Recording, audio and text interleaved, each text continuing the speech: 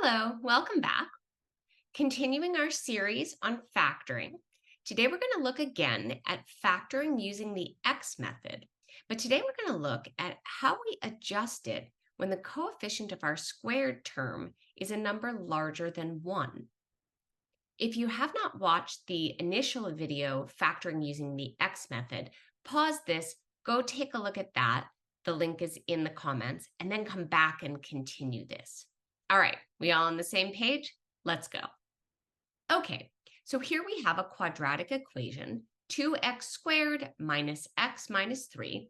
And you'll notice that this time our x squared term has a coefficient, but that's okay. We can still use the X method. It just takes a little bit more. So here we go. We make our x, and as you'll recall, what goes up top is the coefficient of the x squared times the constant. So 2 times -3, that's -6. No x's involved here, just coefficients. And what goes down here is the coefficient of our middle term. So minus x means there's an implied 1 there. And so that's -1. And now we ask the same question. What multiplies to -6 and adds to -1? So we can go ahead and make our factor list on the side here. It's a pretty short list. And so I can see that my 3 and my 2 are what are going to get me a 1. And now I have to ask myself, okay, I need it to be -1, so I need the larger of the two to have been negative. Now here's where things differ. If we had been doing this, but our x squared had no coefficient, then we're all done. These are what go in our parentheses. It would be x minus 3 times x plus 2. However, we know that isn't the case because when we FOIL, we wouldn't get a 2x squared if both of our x's leading terms were just x's. So here's how we proceed. These numbers right here are the inner and outer of our FOIL. So we're going to write out the 4 terms of our FOIL. Our firsts are always going to be whatever that leading term is. Our inner or outer, doesn't matter which, are going to be minus 3x and plus 2x, and that minus 3 and that 2 came from right here, and I'm just putting the x back in. You can see minus 3x plus 2x is what gets us that consolidated term of minus x. And then our last term is always going to be whatever the last of our quadratic was. Okay, so I use these two numbers that I just got to create the outer and inner of my FOIL, right? Firsts, outer, inner, lasts. And that was my first, and that was my last, and those were my outer and my inner. Okay, now from here, I now have a 4 term, and I'm gonna continue factoring by grouping. If you have not watched my video on factoring by grouping, pause here, go check it out, and come on back. But assuming we're all on the same page, that means I am now going to group the first 2 terms and my last 2 terms. And now I'm going to say to myself, what is the greatest common factor between my first 2 terms? Well, 2 and 3 have no common factor, but x squared and x do. They have a common factor of an x. And so when I factor that out of each term, and remember, factor means division. So my 2x squared with an x factored out with an x divided out leaves me with a 2x. And my minus 3x with an x factored or divided out leaves me with a minus 3. And then here, 2x and minus 3, there is no common factor. So my greatest common factor is really a 1. That's it. And I'm left with exactly what I had before. All right, now, here's your check. After having factored the greatest common factor out of each of my groups, what's left in parentheses should be exactly the same. If it isn't, you have not done it right, go back. All right, but here it is. It's exactly the same. And so my last step is that this is common to this term and to this term. So my last step is I'm going to factor this out, 2x minus 3. And what I'm left with of this term is an x, and what I'm left with of this term is a plus 1. And I have now fully factored this using the x method. And just to check ourselves, let's do a quick FOIL.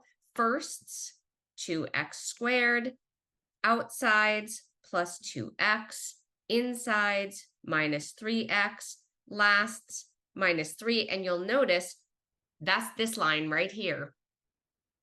And when I consolidate my like terms, 2x squared minus x minus 3, I am right back where I started. Let's do it again.